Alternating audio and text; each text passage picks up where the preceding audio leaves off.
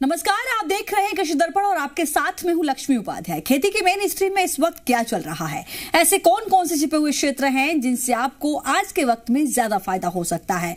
खेती की पुरानी पद्धतियों में कौन से आधुनिक बदलाव किस तरह, कब और कैसे करें, क्या क्या सावधानियां रखें और किन चीजों पर ज्यादा फोकस करें, ऐसे तमाम सवालों का जवाब है कृषि दर्पण।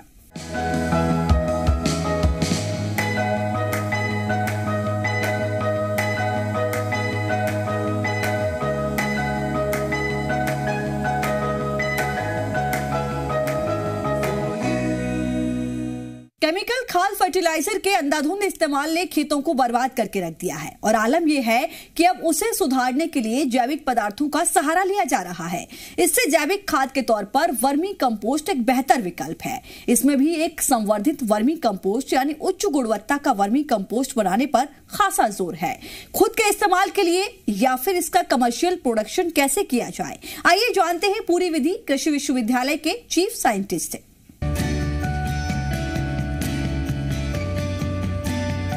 पिछले कुछ दशकों से केमिकल फर्टिलाइजर पर हमारी खेती की निर्भरता ने मिट्टी की उपजाऊ शक्ति को बर्बाद कर दिया है। उसमें पौधों के लिए जरूरी पोषक तत्व तो कम हो ही गए हैं, साथ ही मित्र जीवाणुओं और माइक्रो न्यूट्रिएंट्स की भी भारी कमी हो गई है।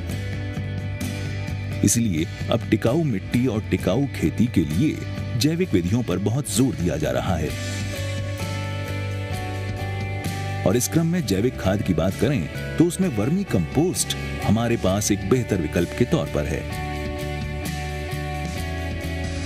पहले केचुआ हर जगह दिखता था, केचुआ को किसानों का मित्र कहा जाता था, लेकिन आज की तारीख में केचुआ सिर्फ आपको तालाब में या बगीचे में सीमित होकर के रह गया हुआ है।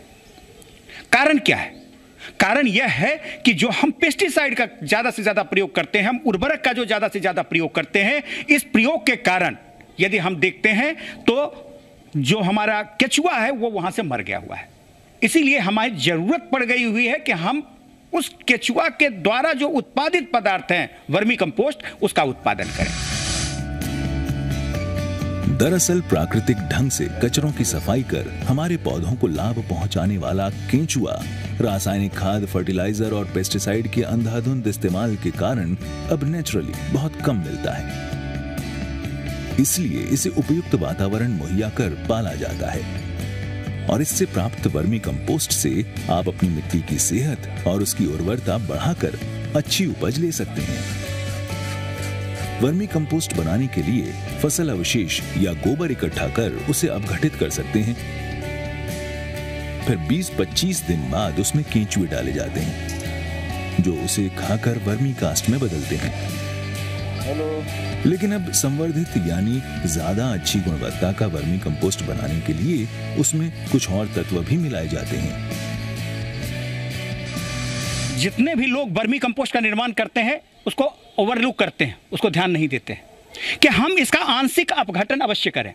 आंशिक अपघटन में कुछ नहीं करना होता है, बल्कि जो भी हमारे पास गोबर या फसल अवशेष हैं उसको सबको मिला देते हैं। मिला करके उसमें जो भी संवर्धक हैं, जैसे ये रॉक फॉस्फेट हम इसमें मिला रहे हैं, उसके बाद हम फॉस्फोजिप्सम जो गंधक बढ़ाने के लिए होता है, हम फॉस्फोजिप्सम इसमें मिलाते हैं। और फॉस्फोजिप्सम के बाद फिर हम इसमें पीएसबी भी मिलाते हैं और उसके साथ साथ हम अजोला इसमें मिलाते हैं। और सबसे लास्ट में हम इसमें अजोला जब यह डाल दिया, उसके बाद सबसे लास्ट में हम इसमें पंचगव्य मिलाते हैं। वो जो जितना पदार्थ हमने बताया, रॉक फॉस्फेट, फॉस्फोजिप्सम या पीएसबी, ये सब अजोला, ये सब हम सब मिला करके इसको हम छोड़ देते हैं। उस पर नमी थोड़ा बरकरार रखते हैं और 2-3 हफ्ता तक हम उसे सड़ने देते हैं। दरअसल वर्मी कंपोस्ट बनाने की कई विधियां हैं। टैंक विधि में केंचुओं को सरफेस एरिया कम मिलता है, इसलिए ढेर विधि ज्यादा बेहतर मानी जाती है। साथ ही खुले में इसे बनाने से नुकसान की आशंका रहती है, इसलिए एक खासा ढांचा बेहतर होता है। जिनके पास ज्यादा संसाधन नहीं, वो बड़े छायादार पेड़ों के नीचे सतह को ऊंचा कर भी ढेर विधि से वर्मी कंपोस्ट बना सकते हैं। सेट कम से कम थोड़ा सा तो जमीन से ऊंचा हो, पानी जिससे उसमें अंदर में ना आए। कि देखिए हम वातावरण ऐसा ही रखते हैं जो वातावरण केचुआ के लिए अनुकूल हो। यदि इस कंस्ट्रक्शन में आप देखें तो थोड़ा सा इधर आप देखें तो ये बीच में हमने खाली जगह छोड़ा हुआ है। ये खाली जगह वायु संचार को ठीक ठाक रखने के लिए किया है। यदि किसान भाई कोई छप्पर बनाते हैं और चारों तरफ टटिया लगाते हैं तो वह टटिया में भी ऊपर 1-2 हाथ जगह खाली छोड़ देंगे जिससे कि वायु का संचार हो। साथ ही साथ यहाँ का जो फ्लोर हम बनाते हैं वो फ्लोर थोड़ा सा ढालू बनाते हैं। ढालू इसलिए बनाते हैं कि जब हम सिंचाई कर रहे हैं तो ज़्यादा पानी यदि लग गया तो वह वहाँ से निकल जाए, यानी इसको नमी हमको रखना है, लेकिन बहुत बज पानी करता हुआ यहाँ पर नहीं रहे, वो केचुआ के लिए उपयुक्त नहीं होता है। साथ ही साथ जो ये हम यहाँ पर दीवार आप यदि देखें तो हमने यहाँ दीवार बनाया हुआ है। वो दीवार का एक ही मकसद है कि बहुत गर्म हवा या बहुत ठंडी हवा का झोंका से हम इसको बचाना चाहते हैं, क्योंकि बहुत गर्म या बहुत ठंडी हवा का झोंका केचुआ के लिए उपयुक्त नहीं होता है, तो इसीलिए हम यह सारी व्यवस्था किए हैं। वर्मी कंपोस्ट के लिए गोबर के ढेर में पानी के छिड़काव से नमी बनाए रखें। जब 20-25 दिन में ये अपघटित हो जाए यानी सड़ने लगे तो उसमें उंगली डालकर तापमान चेक करें। जब ढेर में गर्मी न हो तब केंचुए डालें। यहां पर केचुओं की संख्या के लिए एक खास बात आपको बता दूं कि इसकी संख्या कम से कम 1 टन यदि आपका गोबर है तो उस पर 1 से 2 केजी यानी 1000 से 2000 केचुआ प्रति टन के हिसाब से प्रयोग करना चाहिए। उदाहरण के लिए मैं बताऊं कि यदि आप एक ट्रैक्टर गोबर लेते हैं तो उसमें लगभग 16 क्विंटल गोबर आता है। 16 क्विंटल मतलब 1.6 टन। वर्मी कंपोस्ट बनाने में ये एहतियात जरूर बरतें कि गोबर के ढेर में किसी तरह की खट्टी चीज न जाए, साथ ही प्लास्टिक और शीशे के टुकड़े भी न हों। केंचुओं को गोबर के ढेर में मिलाने के 2-3 हफ्ते बाद ढेर में गोल दाना चाय पत्ती जैसी संरचना दिखेगी, जिसे वर्मी कास्ट कहते हैं। अब ढेर में नीचे जहां तक केंचुआ न दिखे ऊपर से वैसा वर्मी कास्ट निकाल लें। इसे छानकर वर्मी कंपोस्ट के रूप में उपयोग कर सकते हैं या इसे बेचकर आप मुनाफा कमा सकते हैं। खट्टी चीजें हैं वो खट्टी चीजों का प्रयोग इसमें न करें। प्लास्टिक है या कोई कांच का सामान है, जैसे आप शहर का भी कचरा कभी कभी प्रयोग करते हैं तो शहर का कचरा प्रयोग करते हैं तो वहां पर प्लास्टिक काफी होता है, वहां पर आपको कंकड़ पत्थर बहुत होते हैं, वहां पर शीशा बहुत ज्यादा होता है, तो उस सब चीज का प्रयोग इसमें न करें। और खास करके खट्टी चीज थोड़ा सा केचुआ कम पसंद करता है, तो ऐसी चीजें, हालांकि कुछ किताबों में तो यह भी लिखा हुआ है कि मांस मछली इत्यादि का प्रयोग नहीं करना चाहिए, लेकिन इस ढंग का कोई अभी प्रायोगिक कोई रूप नहीं देखने को मिला है कि यह डालने से उसका उत्पादन नहीं हुआ हो, नहीं बना हो। लेकिन जो खट्टी चीजें हैं उसका प्रयोग हम इसमें वर्जित करते हैं, वह चीज उसमें प्रयोग नहीं करते हैं। दरअसल अब वर्मी कंपोस्ट भी फर्टिलाइजर कंट्रोल ऑर्डर यानी उर्वरक नियंत्रण आदेश के तहत आ चुका है। इसलिए खुद के या आसपास के उपयोग के अलावा अगर आप इसका बड़े पैमाने पर उत्पादन और बिक्री करना चाहते हैं तो प्रमाणित लैब में प्रोडक्ट की टेस्टिंग करवाकर सर्टिफिकेट लेना होता है। वर्मी कंपोस्ट में सरकार की तरफ से तय मानक में तत्व होने चाहिए। हम उसी वर्मी कंपोस्ट को बेच सकते हैं जिस वर्मी कंपोस्ट में कम से कम 1% नाइट्रोजन हो, 0.8% इसमें फास्फोरस हो, 0.8% पोटास हो, इसको 4 मिलीमीटर के छन्नी से चाला गया हो, इसमें लेड, निकल, क्रोमियम इस सब की सांद्रता जो उसके निर्धारित स्तर हैं यानी 20 ppm 50 ppm इसके ऊपर उसमें उसकी मात्रा नहीं होनी चाहिए। इस तरह आप वर्मी कंपोस्ट बनाकर खुद इस्तेमाल कर सकते हैं या बेरोजगार इसे बड़े पैमाने पर बनाकर अच्छा मुनाफा कमा सकते हैं। इससे पर्यावरण की रक्षा के साथ ही मिट्टी का स्वास्थ्य सुधार सकते हैं। कृषि दर्पण, जी मीडिया।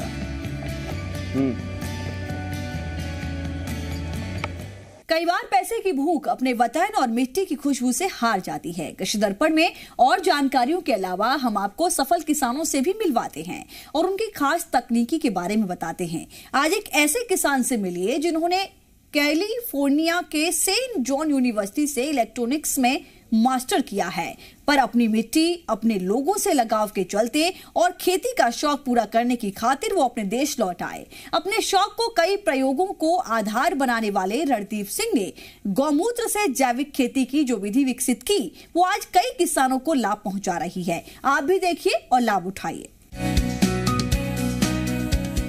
अपनी मिट्टी, अपने लोग भला किसे आकर्षित नहीं करते, मगर कम ही लोग ऐसे होते हैं जो इस पुकार को अनसुना नहीं करते, बल्कि इसके उलट वो उन लोगों के लिए कुछ बेहतर कर गुजरते हैं। राजस्थान के श्रीगंगानगर निवासी रणदीप सिंह ऐसे ही शख्स हैं। अमेरिका के कैलिफोर्निया में सेंट जॉस यूनिवर्सिटी में हायर स्टडी की, फिर वहीं अपना बिजनेस जमा लिया था। पर 100 बीघे की खेती, घर में माता पिता और रिश्तेदारों का मोह तो अपनी जगह है ही, लेकिन सालाना 4-5 करोड़ की आय के बीच रणदीप के खेती के शौक ने उन्हें प्रयोगवादी बना रखा था। दरअसल रणदीप के विदेशी दोस्त के संतरे के बाग में उपज बेहद कम थी। वो परेशान था।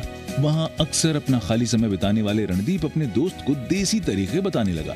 उन्होंने गौमूत्र से बनी खाद और पेस्टिसाइड का प्रयोग सुझाया और बाग की उपज बढ़ गई। इस एक वाकये ने रणदीप के खेती के शौक को जैसे पंख लगा दिए हों।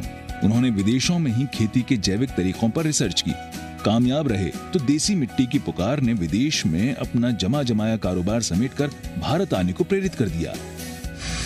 अमेरिका में भी मैं अपनी रिसर्च वहाँ पे चालू रखी भी मैं कैसे ना कैसे ऑर्गेनिक कोई प्रोडक्ट बनाऊं ताकि मैं अपनी फसल को ऑर्गेनिक कर सकूं। जब मैं वहाँ पे कामयाब हो गया तो मैं उसी प्रोडक्ट को लेकर इंडिया आ गया। इंडिया में मैंने अपनी फसल पे इसको अपनाया, बहुत ही बढ़िया रिजल्ट आया। दरअसल अपने गांव घर से खास लगाव रखने वाले रणदीप विदेश में भी जब किसी गांव वाले या रिश्तेदार की मौत की खबर सुनते थे तो ज्यादातर कैंसर जैसी खतरनाक बीमारी को कारण जानकर विचलित हो जाते थे। इसके पीछे अन्न अनाजों की घटिया क्वालिटी बड़ा कारण है, जिसे उपजाने में आज किसान बेतहाशा केमिकल फर्टिलाइजर और पेस्टिसाइड का प्रयोग करते हैं। मैंने ये भी देखा है भी पंजाब और राजस्थान के लोग ज़रूरत से ज़्यादा पेस्टिसाइड और केमिकल इस्तेमाल कर रहे हैं, जिससे उसमें फसल की उपज ज़्यादा हो रही है पर उसके नतीजे बहुत बुरे हो रहे हैं। रणदीप के खेती के शौक ने उन्हें इसी मुद्दे पर काम करने को मजबूर किया था। उन्होंने विदेशी धरती पर जो देसी तरीकों का लाभ देखा था उसे अपने खेतों में आजमाने लगे। अपने खेतों में रणदीप ने केमिकल फर्टिलाइजर, पेस्टिसाइड की जगह जैविक खाद और गौमूत्र से तैयार पेस्टिसाइड का इस्तेमाल कर बेहद सकारात्मक परिणाम लिए। उनकी खेती देखकर गांव के दूसरे लोगों ने भी जैविक खाद और गौमूत्र पेस्टिसाइड का इस्तेमाल किया। गौमूत्र में नीम, आक, धतूरे के पत्ते पीसकर मिलाते हैं, 20-22 दिनों तक छाया में पड़े रहने देते हैं, फिर इसका इस्तेमाल रोग कीटनाशक के तौर पर किया जाता है। इससे होने वाली उपज इंटरनेशनल मार्केट में चौगुनी कीमत पर बिक जाती है, जबकि लागत कम आती है। पहला फ़ायदा ये भी आपको कॉस्ट बहुत कम पड़ती है और दूसरा इसका फ़ायदा ये भी आपकी फसल इंटरनेशनल मार्केट में 4 गुना ज़्यादा बिक सकती है। इसमें हम देसी गाय का गौमूत्र, नीम के पत्ते, आक के पत्ते, धतूरे के पत्ते, कौड़तुमा, इन सब को पीस कर उसमें डाल देते हैं। 20 दिन तक इसको पड़े रहने देते हैं छाया में ताकि ये पूरा मिक्स हो जाए। दरअसल गौमूत्र से बने पेस्टिसाइड और खाद के इस्तेमाल से कई तरह के फायदे मिलते हैं। मिट्टी की खुश्की दूर होती है, केंचुओं की तादाद बढ़ती है जो बड़ी मात्रा में मिट्टी पलट देते हैं, जिससे मिट्टी में नाइट्रोजन की मात्रा भी बढ़ती है। फसलों के लिए जरूरी 14 तरह के न्यूट्रिएंट्स की जगह गौमूत्र में 16 तरह के न्यूट्रिएंट्स मिल जाते हैं। दीमक और फंगस का खात्मा हो जाता है। सिंचाई के लिए कम पानी की जरूरत होती है। यही कारण है कि गौमूत्र के इस्तेमाल से खेती में लागत कम हो जाती है और पैदावार की क्वालिटी बेहतर हो जाती है। अब आलम यह है कि मांग बहुत बढ़ने के कारण रणदीप अब इसका व्यावसायिक उत्पादन भी करते हैं। 5 रुपए लीटर गौमूत्र खरीदकर उसे ट्रीट कर बनने वाले पेस्टिसाइड को 50 रुपए प्रति लीटर बेचते हैं। अब इलाके के किसान रणदीप से प्रेरित होकर जैविक खेती और गौमूत्र वाले पेस्टिसाइड का इस्तेमाल कर अच्छे परिणाम पा रहे हैं। यही कारण है कि रणदीप लोगों के बीच देसी कृषि वैज्ञानिक के तौर पर